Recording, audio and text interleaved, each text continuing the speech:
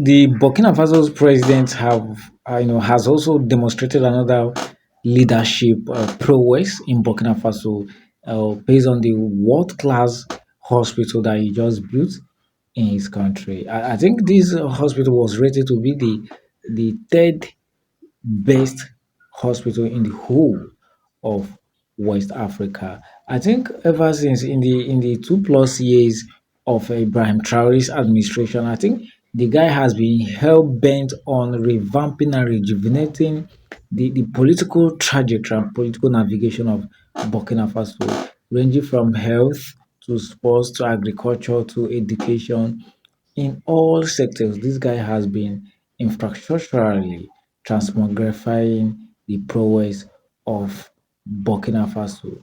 And I think that is how it's supposed to be, because I see a lot of Nigerians, a lot of people coming out to say that they are praying for uh, Nigeria's Ibrahim Traoré. In other words, they are wishing that the military should take over the administration of Nigeria. And I find it lacrimosing, and I find it bashful, and I find it hilarious, given the fact that if you're talking about military usurping of power, as in terms of military coup, Nigeria is the first country, if not the first, but I think Nigeria has been the country that has been maintaining consistent military overtake for a long period of time, as far as history is concerned. Even Gowon became the head of state of Nigeria at the age of 32. He was one of the youngest military head of state. So it is not about military taking over Nigeria. The question is, will the military person or the military coup, what is their intention of taking over power? In Burkina Faso, Ibrahim Traoré took over power to save his people, to sacrifice for his people, and to develop his country.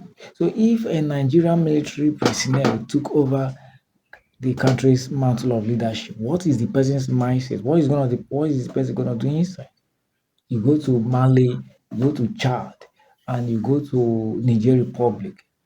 The military leaders that have taken over this country have been able to demonstrate why a military junta or a military coup is worth it, especially when the country's democracy is no longer yielding effect.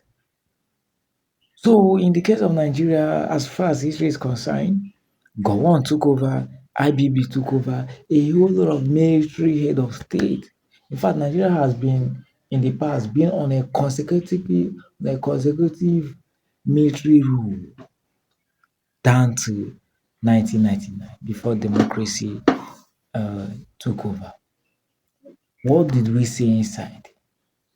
What did we see inside?